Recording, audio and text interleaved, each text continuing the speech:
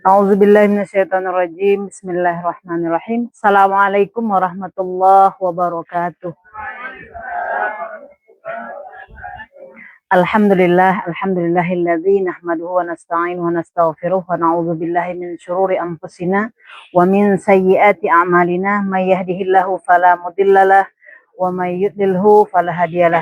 Asyhadu an la ilaha illallah wahdahu la syarikalah wa asyhadu anna Muhammadan abduhu wa rasuluh la nabiyya ba'dah.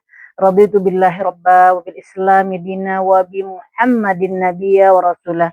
La ilaha illallahul halimul karim, la ilaha illallahul aliyul azim, la ilaha illallahu rabbus samawati sab'i wa rabbul arsyil karim, la ilaha illallahul halimul karim, subhanallah, tabarakallahu rabbul arsyil azim, walhamdulillahi rabbil alamin. Fafahamnaha Sulaimana wa kullan atayna hukman wa ilman wa sakharna ma'a Dawudal jibala yusabbihna wa tayra kunna fa'ilin. Ya hayyu ya qayyum ya rabba Musa wa Harun wa ya rabba Muhammadun sallallahu alaihi wasallam. Allahumma rzuqna al-fahma wal hikmata wal aqla bi rahmatika ya arhamar rahimin ya mujibas sa'ilin.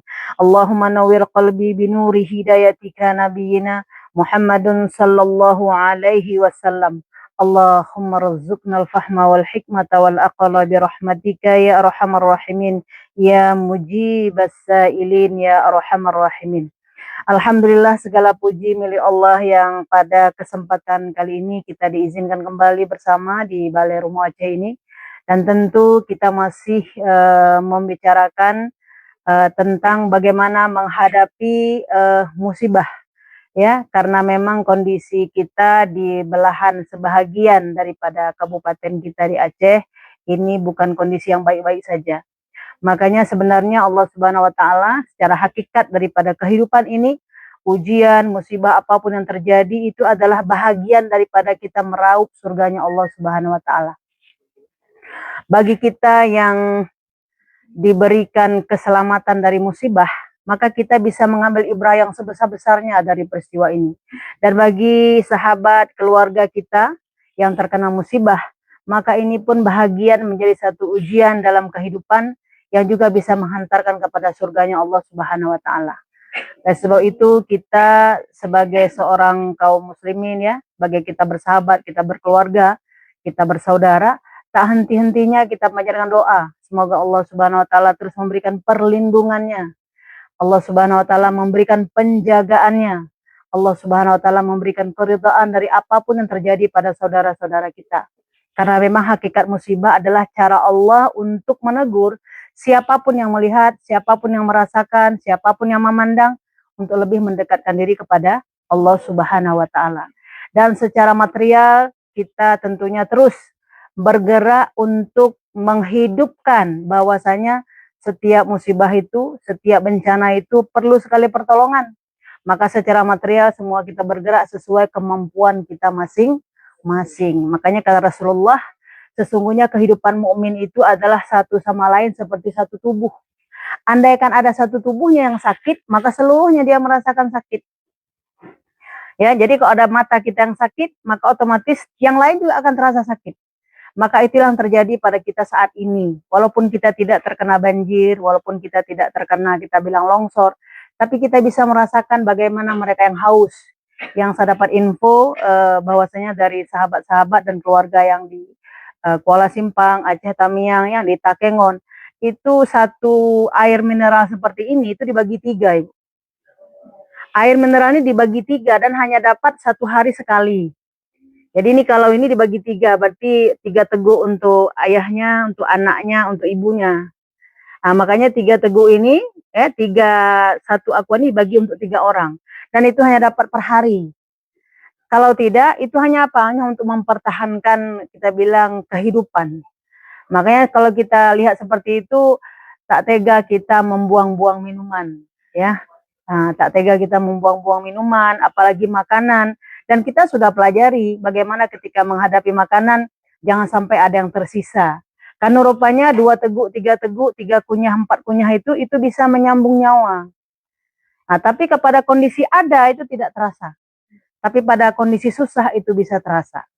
Contoh saya katakan bahwa dalam kehidupan kita bertarbiyah, Kita sudah tahu semua bahwa apabila turun hujan, maka hendaklah engkau mengatakan Allahumma shayban nafi'an. Nah, tapi kira-kira kita cara mengucapkannya itu sambil lalu atau begitu khusyuk? Nah, sambil lalu, ya Allahumma shayban nafi'an, sambil cuci piring ya cuci piring, sambil masak ya masak. Enggak ada kita bilang Allahumma shayban nafi'an, ya Allah. Gitu kan. Ya Allah, jadikanlah hujan ini hujan yang bermanfaat, bukan hujan yang membawa mudarat. Nah, kalau kita lihat di tengah-tengah saudara kita yang air bersimpah begitu luar biasa, tapi disitulah terjadi kehausan. Artinya apa? Air yang tersimbah luas itu tidak bisa diminum. Bukan air yang membawa manfaat, tapi air yang membawa mudarat. Dimasak pun tidak bisa, Bu, karena bercampur lumpur. Disaring pun tidak ada saringannya.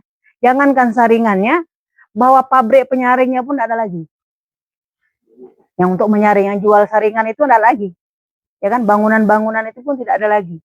Makanya inilah menunjukkan kepada kita, bagi kita yang tidak tertimpa musibah, ini pelajaran teguran berharga bagi kita. Apapun hukum-hukum Islam yang ada di dalam hukum fikih kita, jangan pernah terlewatkan amal-amal baik itu. Jadi apabila nanti turun hujan, kita dengan khusyuk mengatakan Allahumma shayban nafi'an. Ya Allah, jadilah manfaat, ya Allah, apa yang kau turunkan ini. Kalau kami haus, jadilah untuk minum kami. Kalau kami petani, jadilah dia untuk menjadi sumber pekerjaan kami itu. Kayak gitu ya. Kalau misalnya kita tukang pedagang, jadilah hujannya juga manfaat agar kami laku jualan kami. Tapi kalau misalnya kita menyambilkan itu sambil lalu, kita biasa saja. Nah, ketika terjadi musibah, barulah kita tahu bahwa, oh ternyata luar biasa. Air yang kita butuhkan, ternyata menjadi air yang menjadi penyiksa pada kehidupan dunia. Karena ternyata dengan air itu meluluh lantakkan rumah, gedung, ya kan? Kita bilang sekolah-sekolah dan seterusnya. Tapi uniknya juga dalam kehidupan hari ini terbukti bahwa rumah-rumah Allah, masjid, dan pesantren tahfizul Quran itu selamat. Ini juga menunjukkan kepada kita kebesaran dan keagungan Allah. Dan itu sudah berulang-ulang Allah tampakkan di atas permukaan bumi. Udah berulang-ulang. Maka apakah teguran ini tidak membuat engkau dekat dengan Allah Subhanahu wa Ta'ala? Nah, sahabat sekalian, dalam kesempatan kali ini dengan waktu yang sangat singkat, kita coba pelajari soal hadits. Karena di dalam Islam ada ayat kauniyah, ada ayat qauliyah. Ayat kauniyah adalah apa yang terjadi di alam. Kemudian ayat kauniyah, ayat qauliyah itu adalah apa yang terjadi yang Allah jelaskan di dalam Al-Qur'anul Karim. Nah, pada posisi hari ini kita yang tidak terkena musibah, kita bisa duduk bersama mempelajarinya. Coba kita lihat bersyukurnya kita kepada Allah Subhanahu wa Ta'ala, karena pada saat terkena musibah tidak bisa duduk kayak begini. Mereka yang mau duduk kayak begini pun tidak ada tempat duduknya lagi. Makanya bagi kita yang diberi kelapangan waktu, jangan pernah sia-siakan kesempatan. Karena pada saat mau duduk pun tidak ada tempat duduk. Nah, hari ini tidak ada tempat duduk bagi mereka. Kenapa? Semuanya jalan-jalan pun sudah menjadi seperti sungai. Jalan seperti sungai. Ya kan? Jadi kalau dulu kita melihat misalnya di atas pesawat, jalan-jalan itu, sungai itu seperti jalan. Tapi kalau kita lihat di daratan, ternyata jalan itu yang jadi sungai. Karena penuh dengan air. Dan rumah-rumah dan nampak lagi. Dan informasi yang resmi kita lihat bahwa ternyata banyak kampung-kampung yang telah hilang. Kampung yang hilang, bukan orang yang hilang. Kampung yang tidak ada lagi, Bu. Kampung yang tidak ada lagi. Nah, kalau kampung nggak ada lagi, orangnya ada apa enggak? Tidak ada. Maka kita mohon kepada Allah, siapapun yang syahid di jalannya, Allah terima dengan sebesar-besarnya pahala. Bagi yang diberikan keselamatan, ini menjadi teguran berharga untuk mendekatkan diri kepada Allah Subhanahu wa Ta'ala. Pada soal hadits itu surat ke-57. Ayat berapa? Ayat 16. Ya, ayat 16, ayat 17, ayat 18. 3 ayat ini insya Allah cukup untuk memberikan kita teguran berharga dan untuk mendekatkan diri kepada Allah. A'udzubillahi minasyaitonirrajim. Bismillahirrahmanirrahim. Alam ya'ni lilladzina amanu an takhsha'a qulubuhum li dzikrillah. Maka Allah Subhanahu wa Ta'ala mengatakan, maka belum tibakah saatnya bagi kamu orang-orang beriman untuk khauf, takut kepada Allah Subhanahu wa Ta'ala. Al-Hadid itu surah ke-57 ayat 16. Nah, sahabat sekalian, asbabun nuzul ayat ini bukan terkait tentang bencana, kawan-kawan. Bukan. Ini terkait dengan orang yang tertawa terbahak-bahak. Ini kan remeh-temeh sekali. Ya kan? Artinya ketika ada orang tertawa terbahak-bahak, itu tergolong kepada orang yang tidak takut kepada Allah. Makanya dalam kitab Tibyan dijelaskan oleh Imam An-Nawawi, kita ini khususnya kita perempuan, kalau tertawa tidak boleh nampak gigi kita nih. Sampai segitunya adab dan etikanya. Dan tentunya tertawa itu menunjukkan orang yang senang, orang yang bahagia. Ya kan, ekspresi jiwa kita nampak pada senyum. Makanya kita disunahkan senyum, tapi tidak dianjurkan tertawa terbahak-bahak. Makanya tertawa terbahak-bahak dilarang. Ya, dilarang di dalam Islam.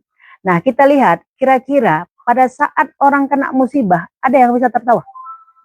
Coba Ibu lihat nanti misalnya tertangkap video, ada di misalnya di Takengon ya, kemudian di mana lagi? Di Padang ya, di Medan, kemudian di Aceh sendiri, di Pidijaya. Ada yang ketika kita lihat bencana mereka terbahak-bahak. Tidak ada. Ya kan? Semuanya dengan sedih, ya kan? Dengan mata yang nanar, dengan kok begini, kenapa begini, kan gitu ya. Nah, maka kita lihat dalam Islam, asbabun nuzul ayat ini terkait dengan orang yang tertawa. Maka dikatakan, belum sampaikah kepada kamu bahwa engkau mengingat Allah dengan sekhusyuk-khusyuknya, dengan sedekat-dekatnya, dengan setakut-takutnya kepada Allah Subhanahu wa taala. Dan kalau kita lihat bagaimana Rasulullah paling sedikit tertawa dan paling banyak menangis. Ya, paling sedikit tertawa dan paling banyak menangis. Nah, kita takar-takarlah diri kita. Apabila kita digolongkan kepada orang takut kepada Allah, tentunya kita termasuk kepada orang yang banyak menangis. Tapi ingat, banyak menangis kita bukan karena lapar, bukan karena tidak ada uang, tapi menangisnya kita adalah karena takut kepada Allah Subhanahu wa taala. Manakala ada kesempatan baik yang tidak bisa kita raup, ada majelis baik yang tidak bisa kita datangi, ada ayat-ayat Al-Quran yang tidak sempat kita baca, ada salat-salat sunnah yang tidak bisa kita lakukan, ada fardu yang wajib yang tidak bisa kita kerjakan. Itulah takutnya kita kepada Allah, sehingga melecut kita untuk bertobat kepada Allah. Di akhir pertemuan kemarin kita mengakhiri pada surah At-Tahrim. Ya ayyuhalladzina amanu tubu ilallah taubatan nasubha. Yang itu ya. Wahai orang beriman, hendaklah engkau bertobat kepada Allah dengan sedekat-dekatnya kepada Allah. Maka Allah mengatakan, innallaha yuhibbut tawwabin. Sesungguhnya Allah sangat mencintai orang yang bertobat. Siapakah mereka yang bertobat? Yang mendekat kepada Allah. Cara Allah membuat kita dekat dengannya, banyak cara yang Allah buat. Salah satu dari sekian banyak cara membuat kita dekat dengan Allah, Allah memberikan musibah. Ya, salah satu dari sekian banyak cara agar kamu dekat dengan Allah, Allah memberi musibah. Makanya apabila musibah itu tertimpa kepada orang beriman, maka semakin dekatlah dia dengan Allah dari musibah itu. Tapi apabila dia tidak beriman, dari musibah itulah dia menjauh kepada Allah. Jadi musibah ini gendangnya dua. Bisa jadi dia menjadi orang yang sangat bersyukur, lalu mendekatkan diri kepada Allah, bisa jadi menjadi kufur. Makanya kita yang tidak terkena musibah, mendoakan seluruh saudara kita dikuatkan oleh Allah. Dikuatkan oleh Allah. Sampai-sampai dikatakan apa? Orang-orang yang apabila berhadapan di medan perang, sesuatu yang berkecamuk lalu dia lari, tidaklah dihitung kepada umat Nabi Muhammad SAW. Jadi bagaimana? Maka dia menghadapinya. Nah, ketika menghadapinya, lalu dia syahid. Dia mati, maka syahid di jalan Allah Subhanahu wa taala. Nah, lalu kita apabila ada orang di tempat musibah, maka ketika dia seteguk air, dua teguk air tidak ada pada dirinya, maka kita yang tidak terkena musibah mengirimkan dua teguk air, tiga teguk air, maka tersambunglah nyawanya dengan asbab itu, kita terhitung kepada orang menyambung nyawa manusia. Berbeda dengan memberi minuman harian. Yang memberi kawan yang memang tidak haus, memberi makan kawan yang tidak lapar. Tapi hari ini memang memberi makan kawan yang lapar, memberi minum kawan yang sangat haus, yang kalau tidak ada minuman memang terputuslah nyawanya dari hukum kausalitas. Tapi dari hukum hakikat Allah lah yang menyambung nyawa itu. Namanya sahabat sekalian, mari surga-surga ini kita raih. Ya, untuk terus bergerak sesuai kemampuan kita masing-masing. Sesuai rezeki kita masing-masing. Makanya dalam Islam, zakat itu dipatok oleh Allah 2,5%. Tapi kalau infak tidak ada persennya. Ya, tidak ada. Jadi berapa? Tidak ada, sesuai kesanggupan masing-masing. Sanggup kita 10.000, 10.000. Sanggup kita emang 1 juta, 1 juta. Dan jangan memandang rendah orang yang memberi 10.000. Jangan memandang tinggi orang memberi 1 juta. Karena itu memang sudah Allah lebihkan sebahagian dari sebahagian yang lain. Makanya empati, peduli lebih kepada jiwa bergerak.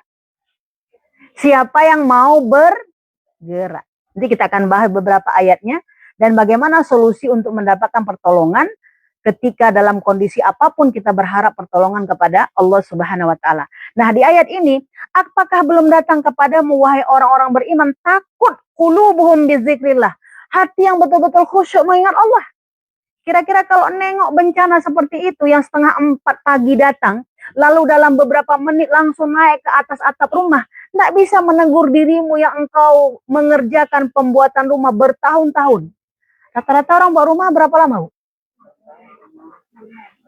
Bagi kita pegawai, Bu, ya. Kecuali kita orang kaya raya 7 turunan. Sebulan bisa siap. Kira-kira kita yang orang biasa-biasa berapa lama buat rumah? Ada yang 10 tahun. Makanya di BPD ada 15 tahun kan cicilan. Ya kan? 15 tahun dikumpul, 2 menit, 3 menit habis. Itulah menunjukkan bahwa apapun yang ada pada kita bukan jiwa kepemilikan. Hanya surat tanah yang milik kita tuh. Ya kan? Jual beli. Surat tanah kan? Pemilik kan? Sertifikat. Tapi sebenarnya kita bukan pemilik. Pemilik siapa? Pemilik Allah. Maka jangan marah kali kita bilang bukan milik kamu. Apa? Ini sertifikat nih. Bagaimana tanya? Waktu belajar, oh iya bukan pemilikan. Rupanya cuma dititip. Assalamualaikum Bu, saya mau ambil Bu. Jangan Bu, besok boleh? Nggak bisa, saya udah mau ambil. Ya udah silakan, orang harta dia. Harta siapa? Allah Subhanahu wa taala. Nah, kondisi itu kalau kenapa kita misalnya sebelum tidur malam itu disuruh baca surah Al-Mulk. Janganlah engkau merasa aman terhadap setiap bencana yang datang kepadamu. Bisa datang di siang hari, bisa datang di pagi hari, ya kan? Dan janganlah engkau merasa aman jika besok hari ada air sumurmu yang kering. Ingat, pagi hari, kok air sumurnya nggak bisa diminum lagi? Udah berlumpur. Ini yang terjadi, Bu. Ini yang terjadi sekarang. Ada pernah kita waktu mau tidur, sumurku besok bisa minum nggak airnya ya? Ada pernah kita pikir. Kita memastikan kali besok memang air sumur itu bisa diminum seperti biasanya. Rupanya ketika paginya dan belum sampai pagi, jam 3:30 pagi udah dimasukin air lumpur bersama kayu-kayu gelondongannya.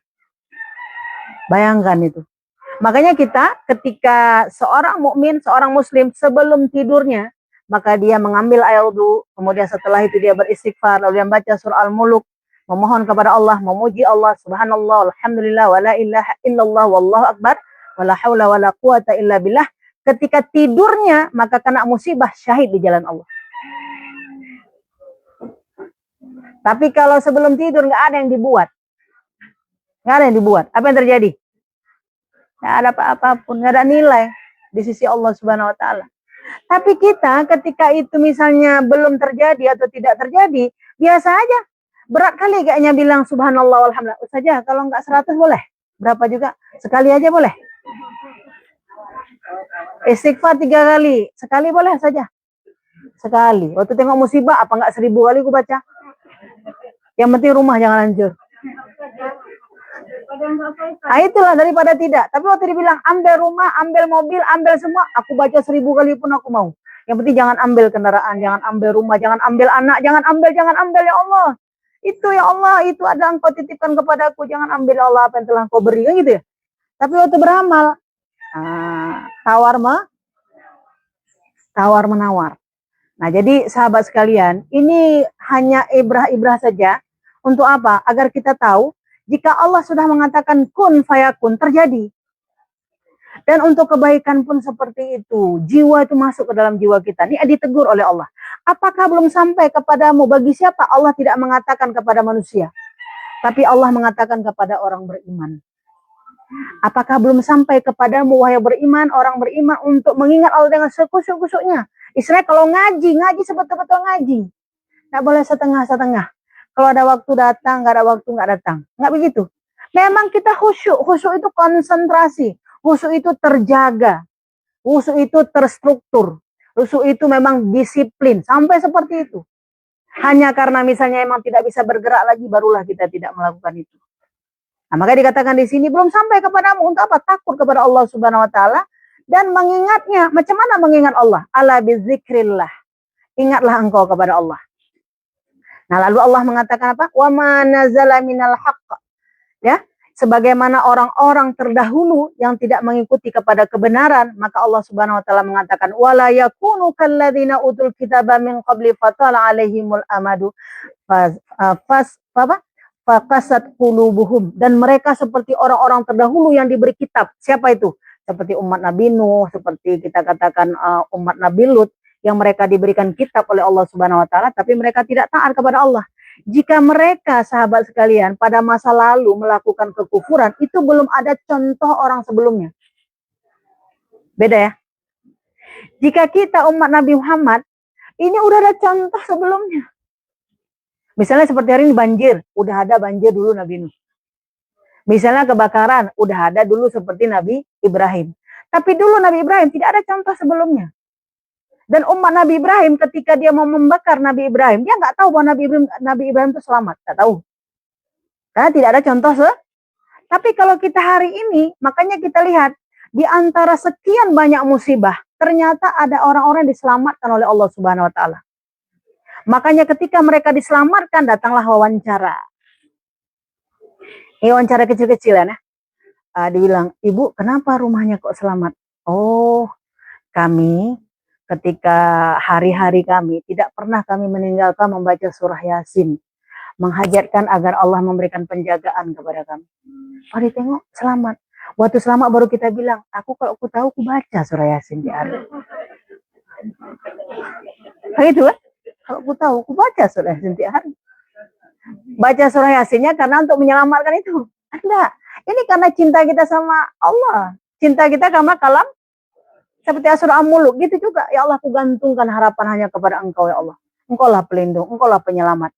Makanya kita bilang wiqayah itu takwa. Wiqayah dalam penjagaan Allah. Dalam perlindungan Allah. Dalam perhatian Allah. Sahabat kali Bu. Wiqayah itu adalah takwa. Takwa itu selalu dalam penjagaan Allah. Orang tidak selamat, dia bisa selamat. Ya kan? Orang sedih, dia bisa nggak sedih. Dan pengertian apa? Allah berikan keselamatan. Bisa jadi nyawa memang telah terputus. Tetapi apa? Ruhnya dengan Allah tidak terputus. Makanya kita kondisi misalnya udah sangat genting. Ya sangat genting. Hasbiyallahu la ilaha illa huwa alaihi tawakkaltu wa huwa rabbul arsyil azim. Cukuplah engkau ya Allah. Pelindung dan penolongku. Jikapun ternyata kita sampailah umur syahid di jalan Allah. Maka umur terputus, tapi surga kita tidak terputus. Ya kan? Surga tidak terputus. Nah, maka ini menjadi sebab-sebab pertolongan Allah datang. Nah, maka dikatakan di sini apa?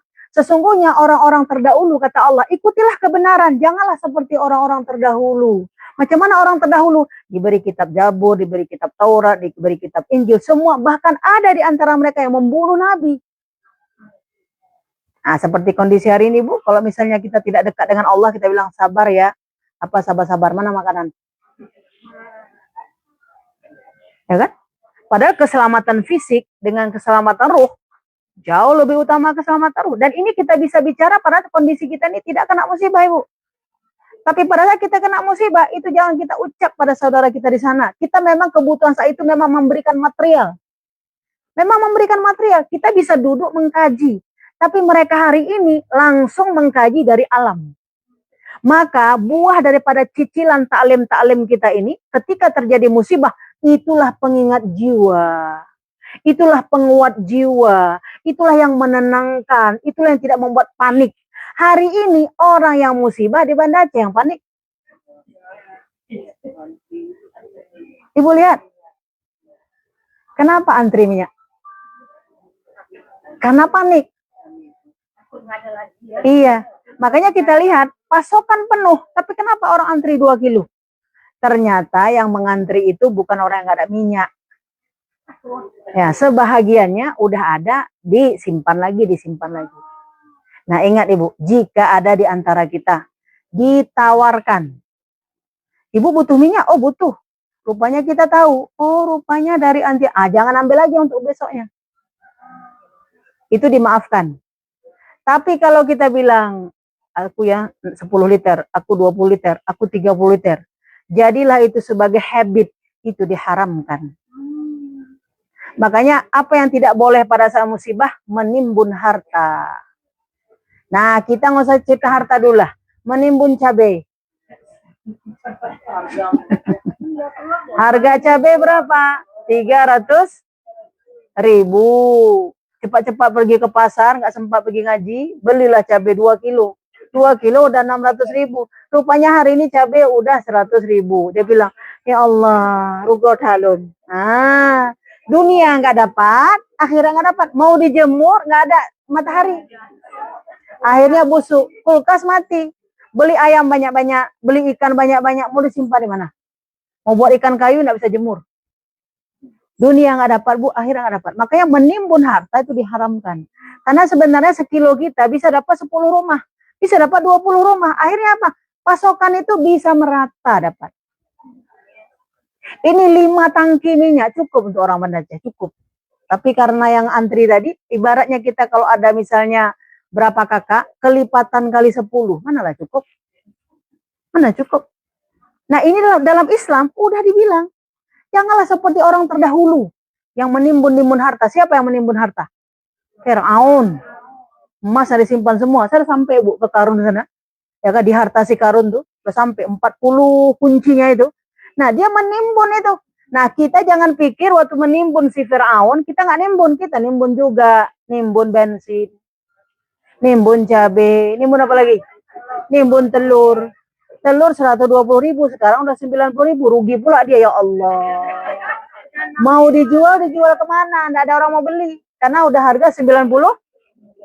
Di pasar udah harga 90. Mau kita jual lagi 120?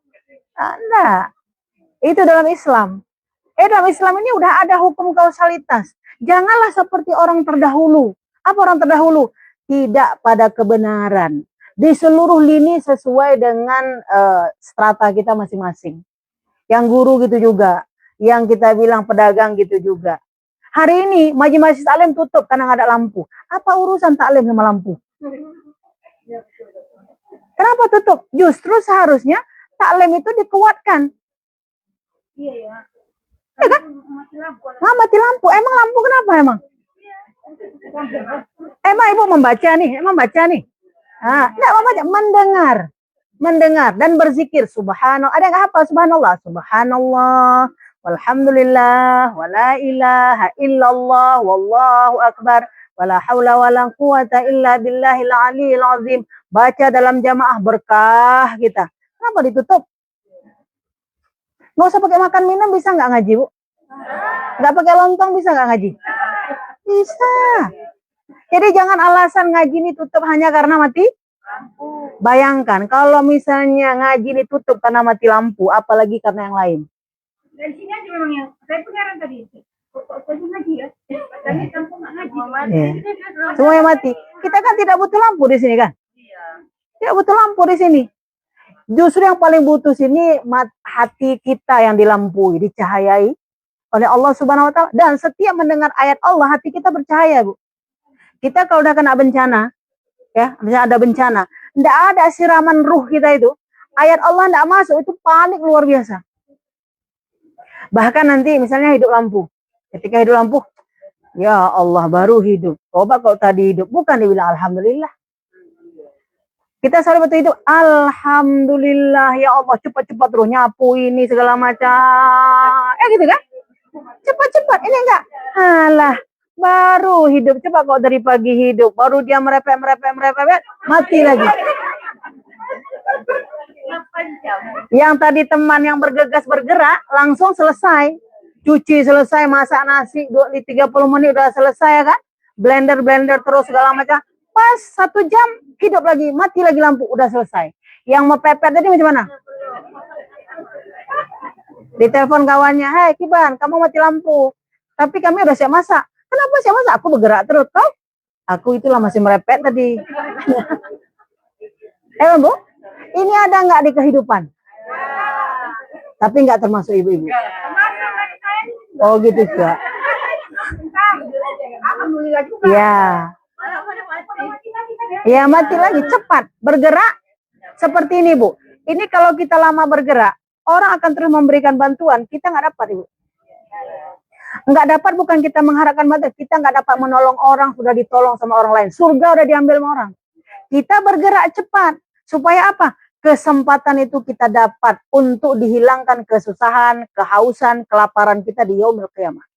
Siapapun yang menyambung nyawa seseorang, maka Allah Subhanahu wa taala akan menyambung kehidupannya di surga Allah.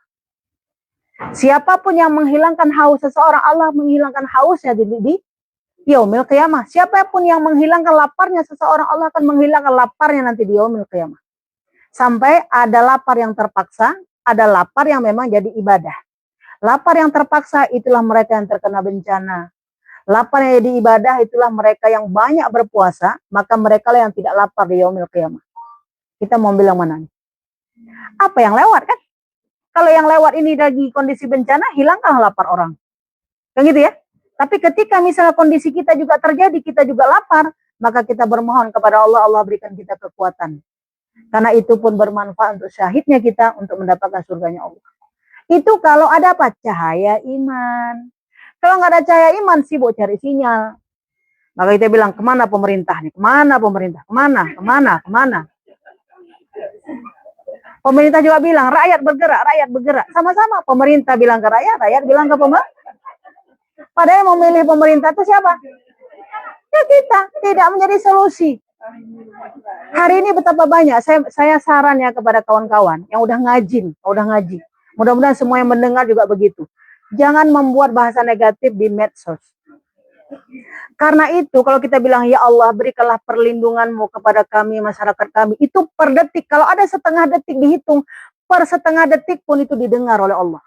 Jika semua kita membuat status seperti itu, nggak cepat datang pertolongan Allah. Nggak cepat pertolongan Allah. Tapi kalau kita mencarut, itu murka Allah. Karena masing-masing kita ada kasab sendiri, Bu. Siapa yang sebab daripada kerusakan bumi ini terjadi padanya, maka itulah yang paling besar mendapatkan pertanggungjawabannya. Itu udah ada balasannya masing-masing. Nggak usah kita urus itu.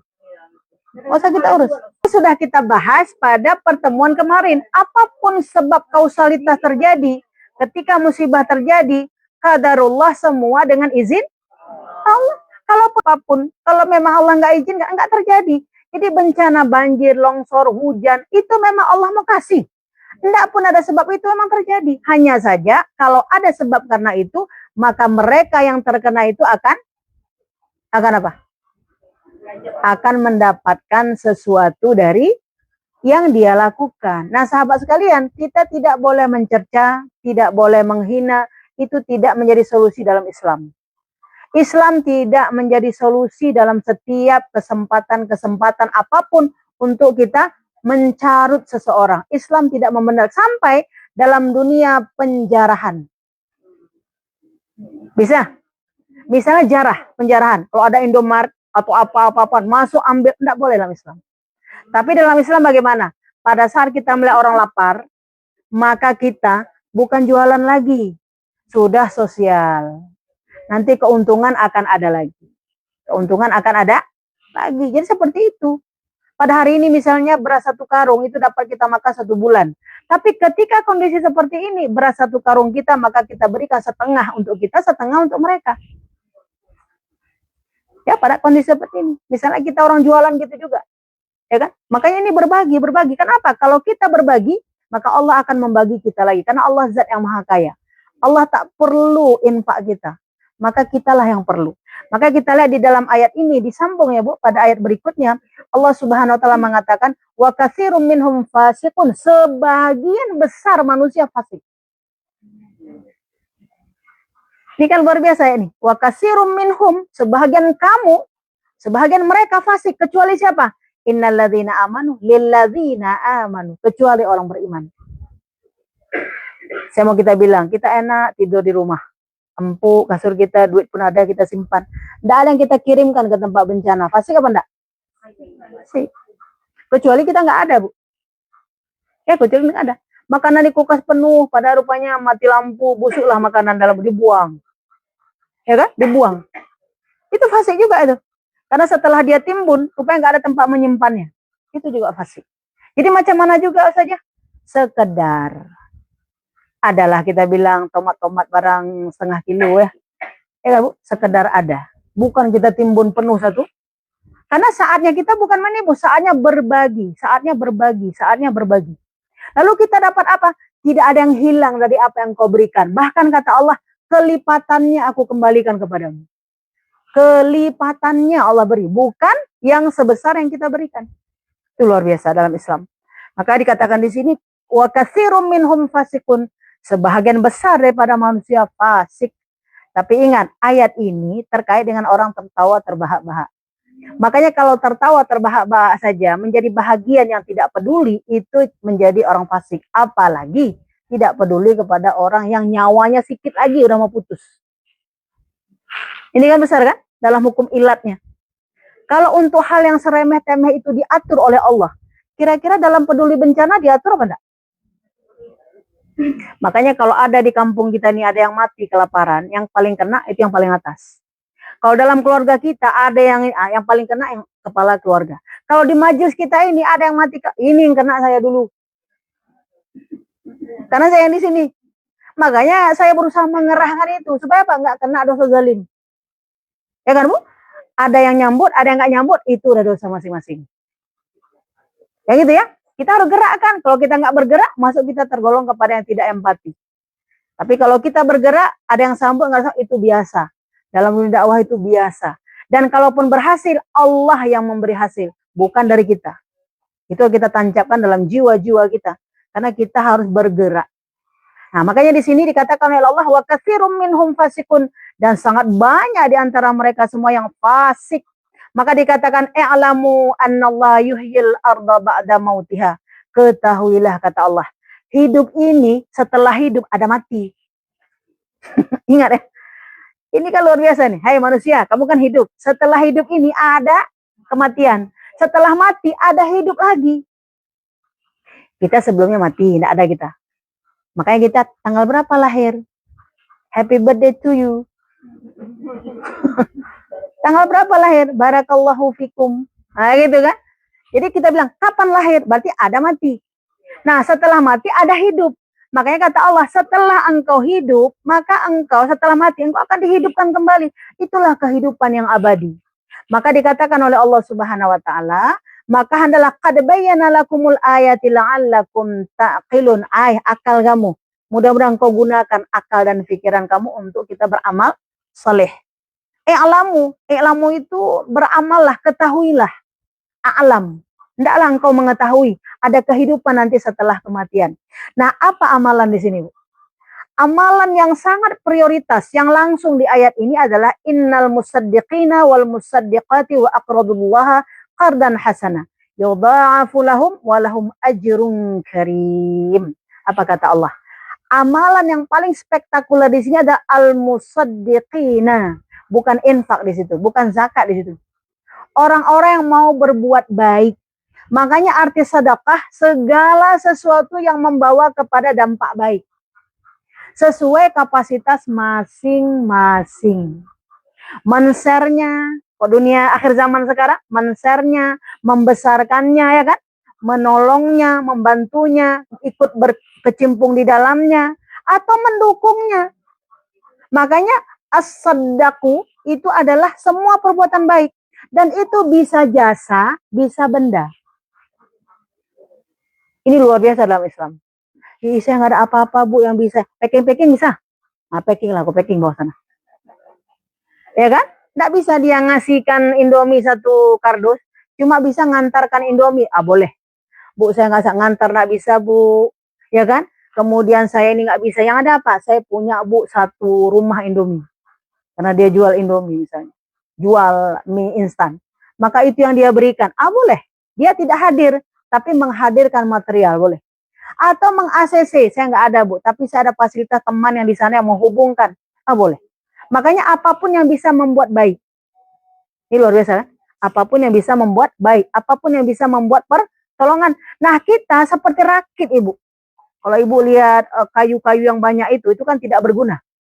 Ketika di laut itu kayu tidak berguna, kena banjir. Tapi coba ambil, ambil satu kayu, ikat, jadi rakit. Bisa nggak orang selamat dirakit? Bisa kan? Harus diracik. Ya, harus diracik. Maka perbuatan baik ini diracik. Ini bisa ngantar, ini bisa packing, ini bisa kasih. Bekerja samalah semuanya. Itulah namanya wal musaddiqina. Mereka-mereka yang berbuat baik. Wa ta'awanu 'alal birri wat taqwa wa la ta'awanu 'alal ismi wal 'udwan. Bertolong-tolong. Ini luar biasa nih. Jangan menolong, bertolong-tolong. Sikit lagi. Sambut. Sikit lagi. Kalau bertolong-tolong itu maksudnya apa ya? Kita bersangatan sesuai kesanggupan masing-masing. Bukan karena kita orang ada, tapi saya bisa menghubungkan ke polan. Bertolong-tolonglah kamu. Ingat kata Allah dalam kebaikan. Dan jangan sedikit pun tolong untuk kemaksiatan. Jangan sedikit pun tolong untuk kemaksiatan.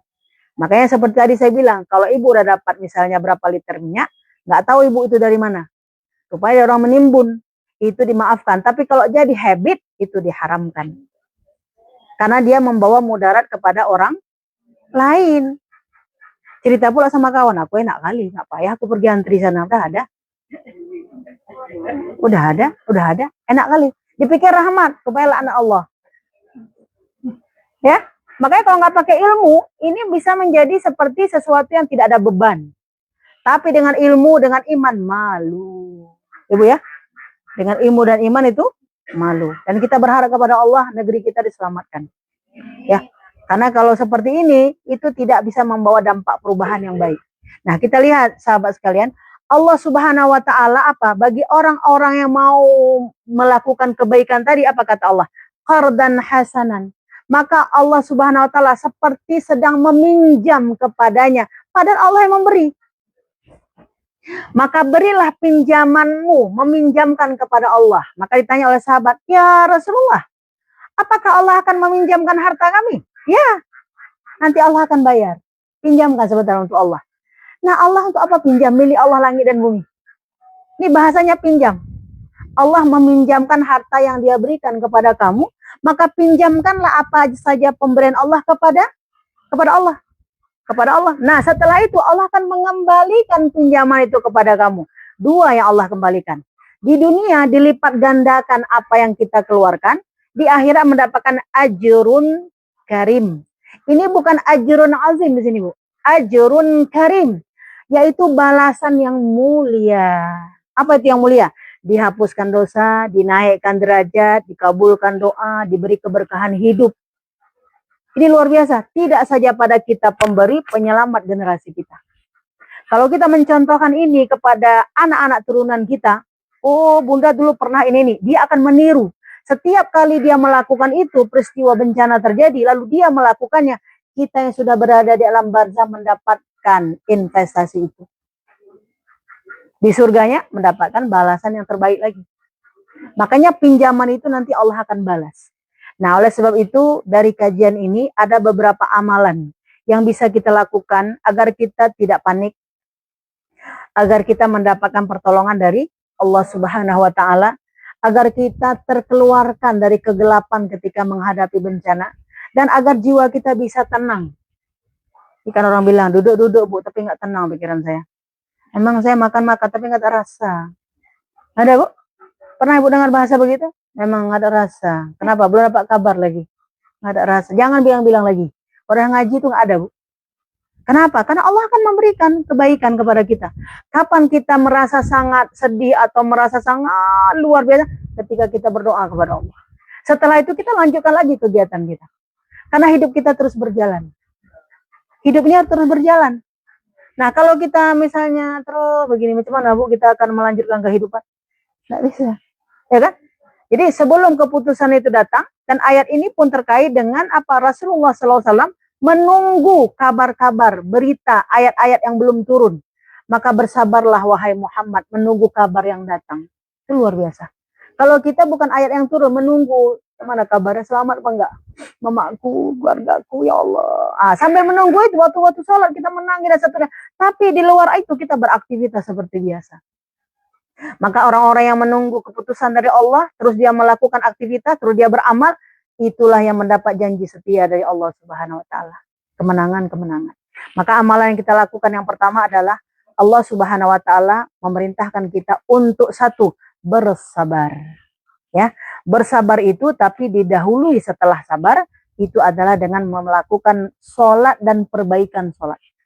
Setiap seseorang melakukan perbaikan dalam sholatnya, memperbaiki sholat-sholatnya, maka Allah akan memperbaiki hidupnya. Andai pun yang terpahit Bu, terkena musibah, dari musibah itu pun dia mendapatkan janji yang baik dari Allah Subhanahu wa taala. Makanya Allah jelaskan dalam surah Al-Baqarah ayat 153, ya ayyuhalladzina amanusbiru, ya ayyuhalladzina amanusta'inu bis-sabri was-shalah. Minta tolonglah engkau dengan sabar dan salat. Innallaha ma'as sabirin. Sesungguhnya Allah itu bersama orang sabar. Ini luar biasa. Dan minta tolonglah engkau dengan sabar dulu, baru salat.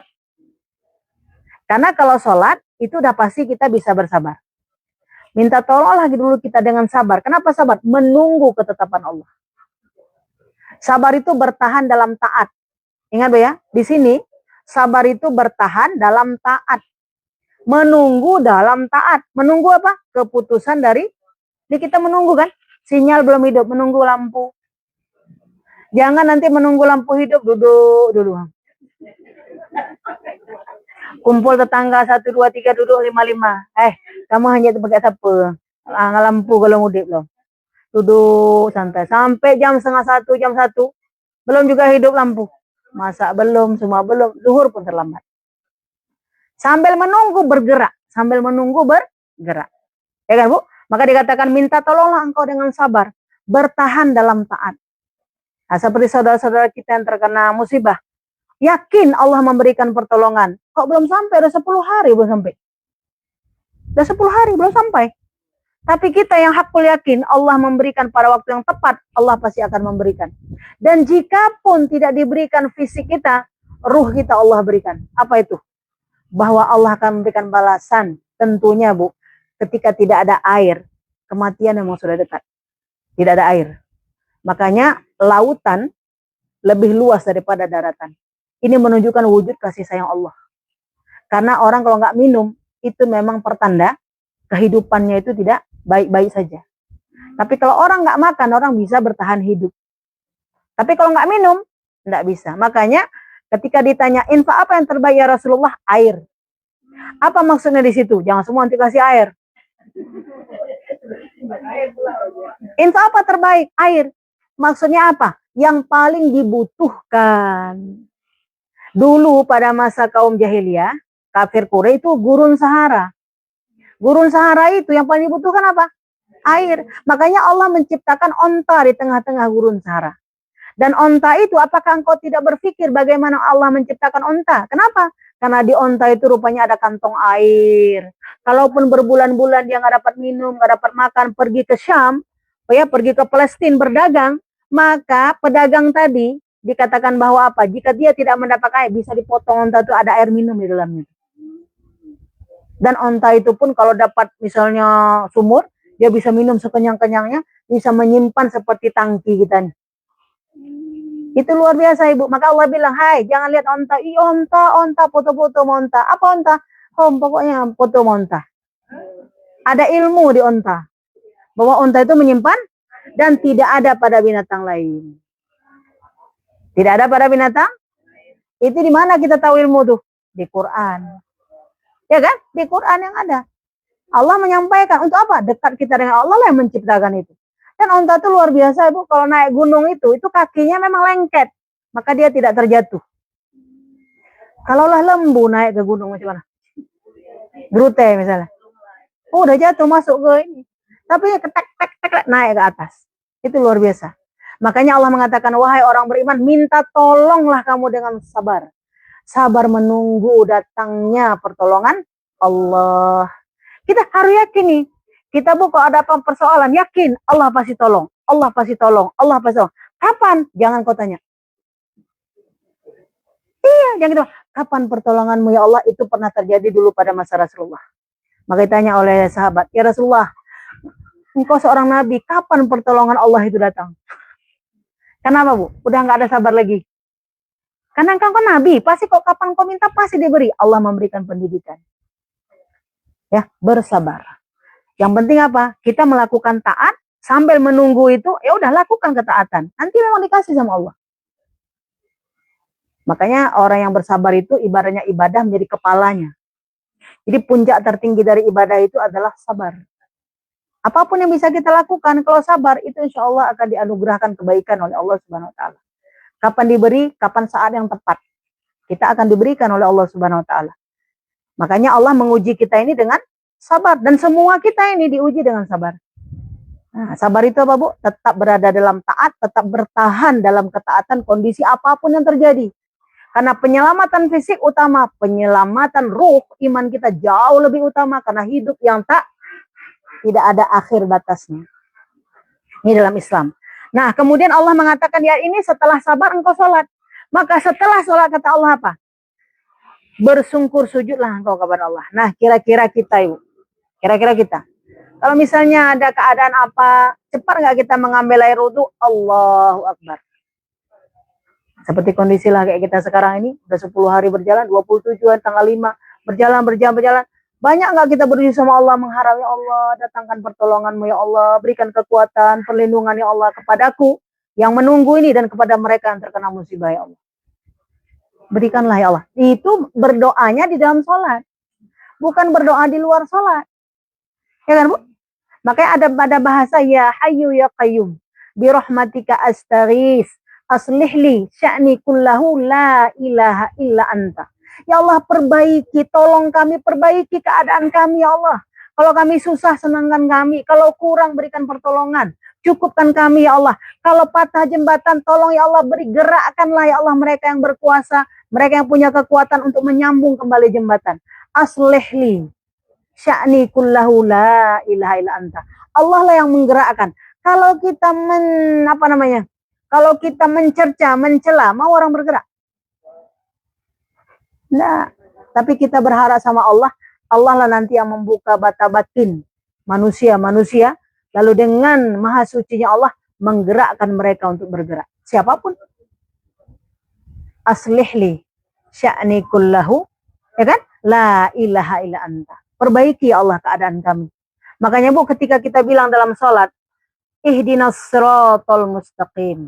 Ya Allah bimbing kami masyarakat Aceh, bimbing kami negeri Indonesia, bimbing kami. Kita pun kadang waktu dibilang ihdinas siratal mustaqim tetap bilang tunjuki aku jalan yang lurus ya Allah. Aku masih di situ. Padahal itu kami, bukan aku kan? Tapi kita karena sifat ego ananiah tadi, ya Allah luruskanlah jalan hidupku, jalan hidupku. Padahal itu ihdina kami. Makanya kita kalau warga ini yang sholat, kami semua ya Allah. Selamatkanlah kami semua warga Aceh ini. Selamatkanlah kami ya Allah. Nah, gitu kan Bu? Kalau kita misalnya lakap kita adalah penduduk Indonesia, maka selamatkanlah kami negeri ini. Kalau kita umat Nabi Muhammad, selamatkanlah kami ya Allah umat Nabi Muhammad Sallallahu Alaihi Wasallam. Kan luar biasa tuh. Ketika semuanya taat dan umat Nabi, yang di sana yang bencana umat Nabi apa enggak? Yang pemimpin umat Nabi apa enggak? Umat Nabi, maka tergerak semuanya. Itu dengan ilmu. Cukup kita dengan sholat. Apalagi sholat itu sholat malam, sholat tahajud kita. Ihdinas siratal mustaqim. Ya Allah bimbing, ya Allah pemimpin kami. Bimbing diriku, ya Allah. Bimbing masyarakat kami. Bimbing, ya Allah. Semua pemimpin-pemimpin. Kan gitu kan? Enggak kita bilang itu, tapi udah ihdina. Bimbing kami semua, ya Allah. Yang punya harta tergerak hartanya, punya tenaga tergerak tenaganya, yang punya kuasa tergerak. Ya kan? Tergerak untuk mencatat itu sebagai apa? Apakah bencana nasional? Sehingga ketika itu mendapatkan bantuan dan pertolongan yang besar, maka cepatlah tuntas persoalan ini. Ya kan Bu? Kita kapasitas masing-masing. Kita pun kita rakyat jelata misalnya, rakyat biasa. Ketika dapat satu Indomie, alhamdulillah. Yang kita bilang satu kardus. Bateri hijau kan? Bateri hijau, Bu, ini Bu, air mineral ada. Macam mana makan kok nggak ada minum? Kau terima dulu makanan nih, nanti minum dapat. Ya kan Bu?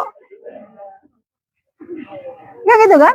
Itu kan lapang-lapang dada kita nih. Alhamdulillah. Nah dikasih telekung. Hai anak perle telekung, yang perle makan. Enggak, dikasih mukena. Alhamdulillah. Udah ada mukena. Ya gitu kan? Dikasih mukena, dikasih misalnya Indomie, alhamdulillah. Dikasih telur 1 lempeng, alhamdulillah. Enggak 1 lempeng, hanatip loh.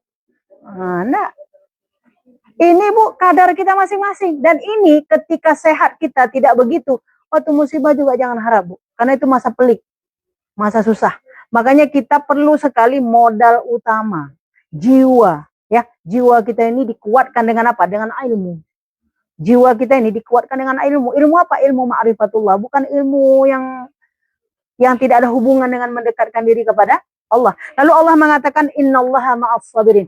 Allah bersama kamu. Ini luar biasa kan, Bu? Innallaha ma'as sabirin. Allah itu tetap bersama kamu. Kamu siapa? Yang tadi bertahan dan sabar. Yang menunggu ketetapan Allah, tetap sholat di awal waktu. Tetap. Nah, kira-kira kita di Aceh macam mana? Cobalah Ibu maghrib lewat. Maghrib Ibu lewat. Itu maghrib kan? Itu kira-kira warung kopi macam ramainya orang. Kalau semua itu, pergilah ke masjid salat maghrib.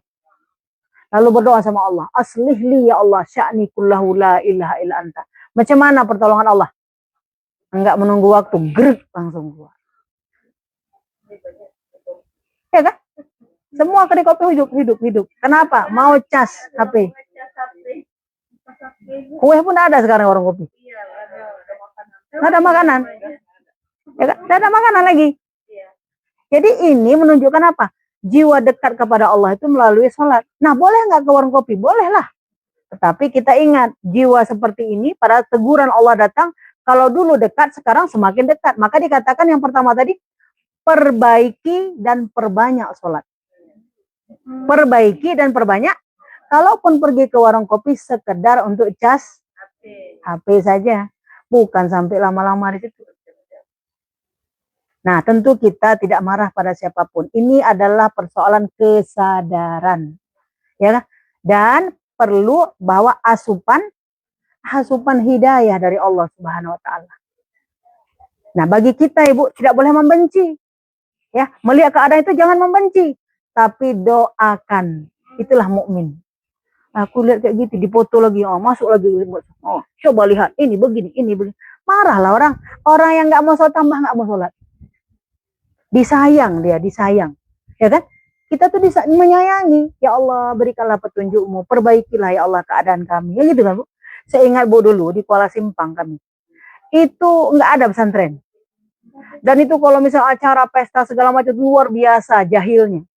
Tapi luar biasanya remaja-remaja pada itu berusaha berjibaku sesuai kemampuannya masing-masing. Dibuatlah kumpulkan 10-20 orang, dibuat taklim setiap malam ba'da Isya. Dikumpul taklim dari 10 orang, 20 orang. Nah, akhirnya pemuda-pemuda itu jadi pemimpin. Mengerahkan kembali seperti itu. Sekarang di atas sudut bahasa Aceh, itu udah ada pesantren-pesantren. Udah ada hafiz-hafiz Quran. Udah ada anak-anak muda yang bergerak. Jadi apa? Bisa merubah, walaupun merubah generasi itu 10 tahun. Merubah generasi itu nggak bisa hari ini kita bilang hari ini berubah, nggak bisa. Hari ini kita bilang terus 10 tahun baru. Ibarat nanam pohon kelapa. Nggak bisa hari ini mau langsung berbuah, itu di surga. Ya, tanam bayam pun tunggu juga berapa bulan. Ya kan? Tanam cabai kan gitu kan. Jadi seperti itu. Jadi kita tidak boleh membenci. Tidak boleh membenci. Hati mukmin itu lapang sekali mendoakan. Lapang sekali mendoakan. Kenapa? Karena kita dapat investasi dari situ. Waktu kita sampaikan, tidak dia mau kita dapat pahala, dia mau kita dapat royalti. Untung mana kita? Dua-dua untung.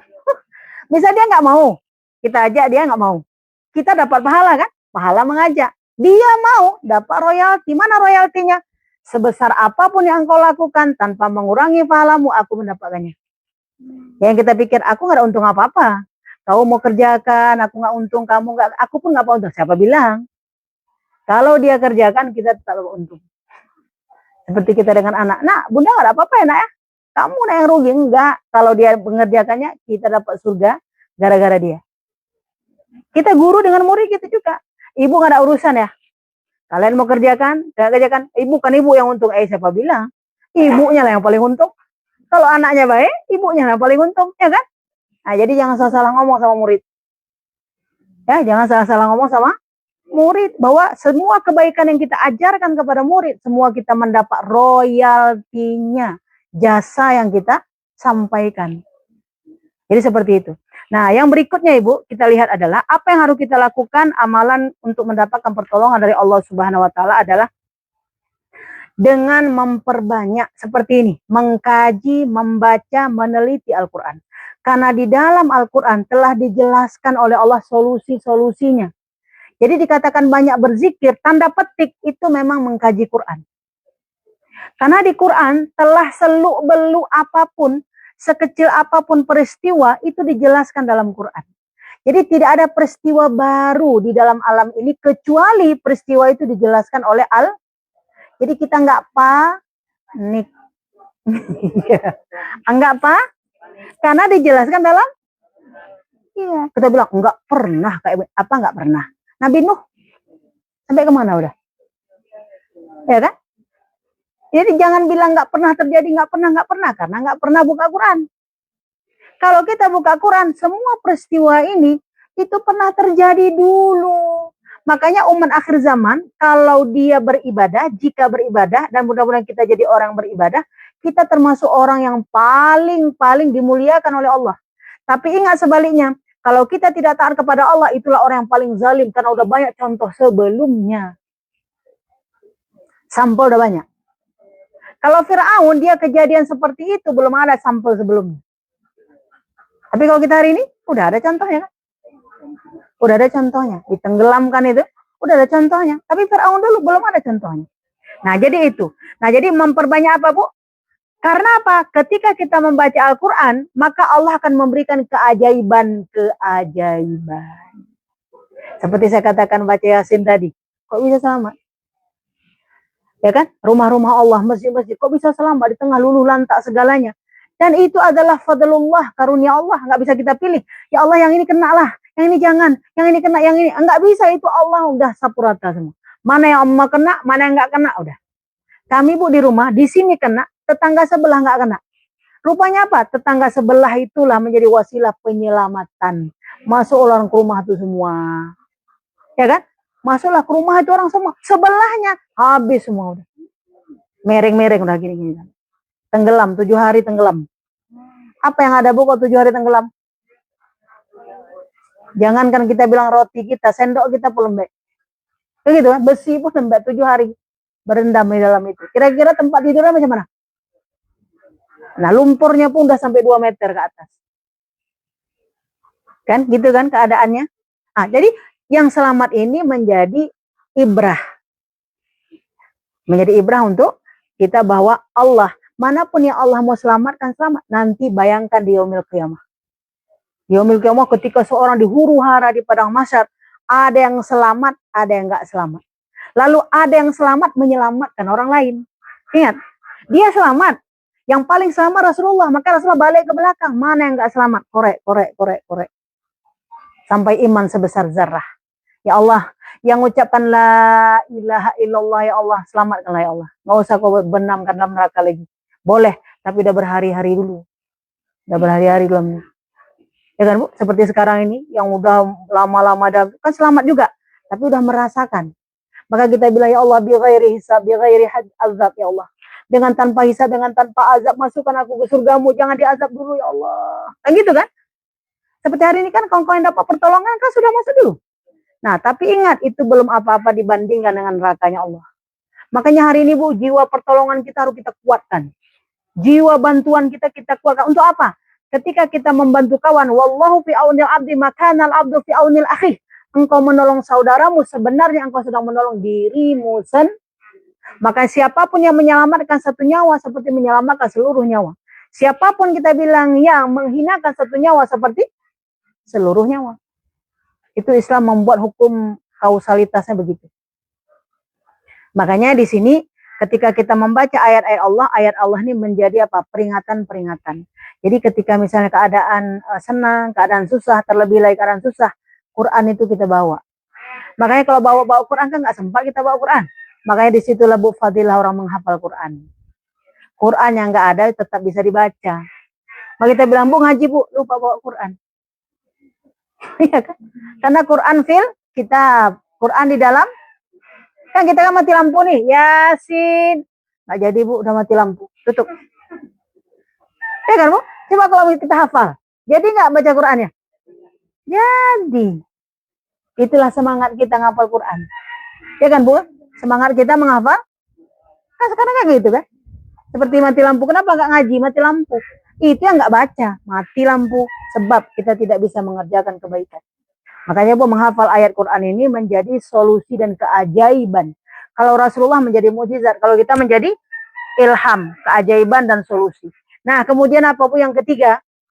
Memperbanyak selawat. Kenapa? Karena selawat itu wasilah kita terhubung dengan Rasul. Kalau Rasul yang paling tinggi susahnya ketika hidup di dunia. Dan tentunya ketika musibah terjadi, kita merasa susah. Ingat susahnya Rasul. Kalau hatimu susah, ingat susahnya Rasul. Tapi ingat susah Rasul dari ibadah. Allahumma salli ala Sayyidina Muhammad wa ala ali Sayyidina Muhammad. Terus berselawat. Bukan sekali, bukan 2 kali, bukan 100 kali. Terus berselawat. Berselawat. Maka susahnya kita nanti akan menjadi ketenangan. Dan akan dilerai oleh Allah Subhanahu wa Ta'ala. Itu luar biasa. Dan ini menjadi kebiasaan kita hari-hari. Terlebih lagi di hari Jumat. Makanya ikhlasnya Rasul, akhlaknya Rasul, ketenangan Rasul, susahnya Rasul, itu masuk dalam jiwa kita. Maka kita pun akan ditenangkan oleh Allah dan turunnya pertolongan Allah. Yang berikutnya kita banyak istighfar. Beristighfar, astagfirullah la ilaha illa anta subhanaka inni kuntu minadz zalimin. Ya Allah, kami telah zalim, ya Allah, kami terbang semua hutan-hutan, ya Allah. Makanya terjadi kayak begini. Kalau dulu banjir nggak ada masalah, ya Allah. Bahkan kami kalau banjir naik rakit itu di atas rakit main-main. Mak-mak masak-masak, cabut-cabut apa? Cabut-cabut ubi. Nah, mereka masak-masak, bakar-bakar, kita main rakit-rakit, Ibu. Kalau sekarang nggak sempat main rakit. Nggak sempat pun buat rakit. Kenapa seperti itu? Sekarang yang luar biasa lagi, bahaya kita lihat banjir bandang ini. Jangankan makhluk di bumi, makhluk yang di bawah bumi pun tersiksa. Macam mana Bu? Makhluk di bawah bumi, kuburan-kuburan itu terbongkar, kain kafannya naik ke atas. Jadi jangankan azab ini menimpa orang di bumi, orang yang sudah di luar bumi pun tersiksa. Yang dalam karena hentangannya kuat sekali, akhirnya dalam itu keluar, Ibu. Makanya ketika kok ada kain kafan, rupanya memang kain kafan yang berada di dalam kubur keluar. Nah, ini kira-kira apa yang tanda-tanda apa? Kezaliman di akhir zaman. Kezaliman di akhir zaman. Kalau dulu musibah hanya tersiksa orang di bumi, nggak ada lagi dalam bumi, di alam ruh dia. Ini sekarang orang dalam bumi pun sudah tersiksa. Kenapa? Terangkat ini. Jadi bukan kita kafankan orang itu, kain kafan yang sudah berada dalam kubur terbuka. Karena kuatnya hentakan daripada terjalan daripada banjir itu. Terbongkar, apa-apa yang ada itu terbongkar. Itu luar biasa. Dan ini kita pahami. Ya, kita pahami sebagai teguran dari Allah. Nah, kemudian yang terakhir inilah amalannya. Surah Al-Hadid ayat 18. Memperbanyak sedekah. Ya, sedekah itu bisa benda, bisa jasa, bisa ingatan, bisa ilmu, luar biasa. Sesuai kemampuan kita masing-masing. Mungkin ini yang bisa kita sampaikan dalam kesempatan kali ini. Dan kita berharap kepada Allah, negeri kita diberikan perlindungan, penjagaan ya, dan kasih sayang Allah. Dan semua ini menjadi ibrah keselamatan. Dan kawan-kawan, sahabat, masyarakat kita yang terkena musibah, diberikan kekuatan, kesabaran, dan pertolongan dari Allah Subhanahu wa Ta'ala. Dan kita yang tidak tertimpa musibah, memberikan pertolongan seluas-luasnya, baik melalui doa maupun melalui material yang bisa kita berikan untuk menyambung nyawa sebagai hukum sebab kausalitas. Orang haus harus minum, orang lapar harus makan, dan orang yang tidak tempat tinggal harus ada tempat tinggalnya. Makanya jika ada di antara kita wasilah-wasilah itu, marilah hubungkan agar kita menjadi penjagaan dan keselamatan untuk semua ya. Subhanakallahumma bihamdika asyhadu an la ilaha illa anta astaghfiruka wa atubu ilaik. Assalamualaikum warahmatullahi wabarakatuh.